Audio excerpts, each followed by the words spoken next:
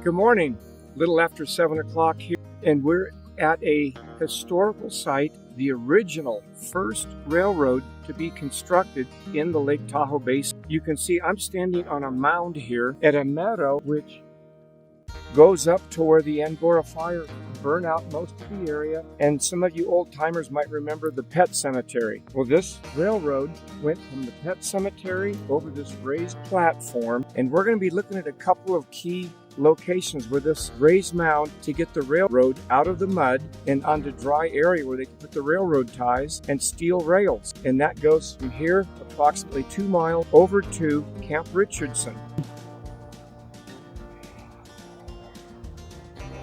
One of the unique things we see, since this mound was built back in the 1870s, we now have trees growing out of the middle of it. There's a white fir tree that's about to topple over someday, but it too has grown on top of what was once a 20-foot wide platform for the old railroad. Right here, I want to show you that we have the trees over the years have grown back on top of the mound. You can see over here the low ditch where the water flowed. Here's the raised platform, and then it goes over to the other side over here. But there are several trees that have grown in this that are all 100 years old or less.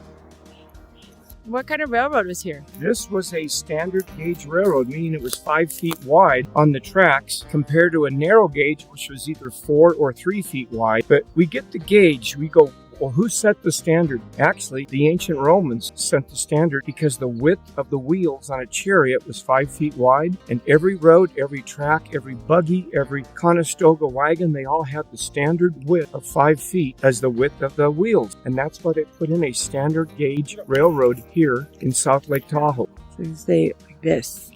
You can kind of see the mound a little bit. Going that way. It goes from here to here. Okay. All the way. To Camp Rich.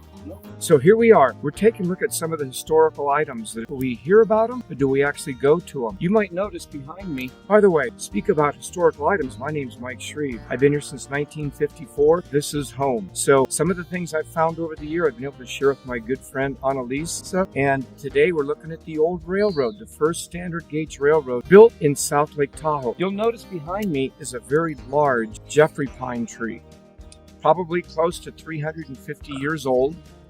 And that could be established by its size. But one has to wonder, with all the logging that took place in the Tahoe Basin in order to supply the demand for the Comstock load in Virginia City, why wasn't this tree cut down? Well, every once in a while trees were cut down because they were used for mileage markers and or wayposts. But something unique about this tree. Annalise, can you zoom in right here? Can you see what I'm pointing at?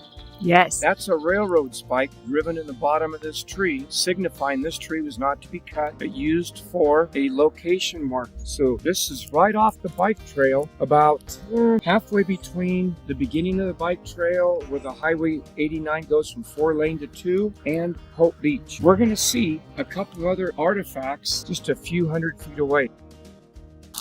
Okay, we're standing next to another very large tree, about 150 feet away from where we first started the video. This tree doesn't have a spike in it, but if we look up about 15 feet high, there's a piece of wood nailed on the side of the tree, and that piece of wood has wooden threads on the right-hand side where a glass insulator was screwed onto, and then the telegraph wire was wrapped around that and went from tree to tree to tree to give a communication line from the beginning of the railroad all the way to Camp Richardson. Neat. And I found one more over here to cut the tree down.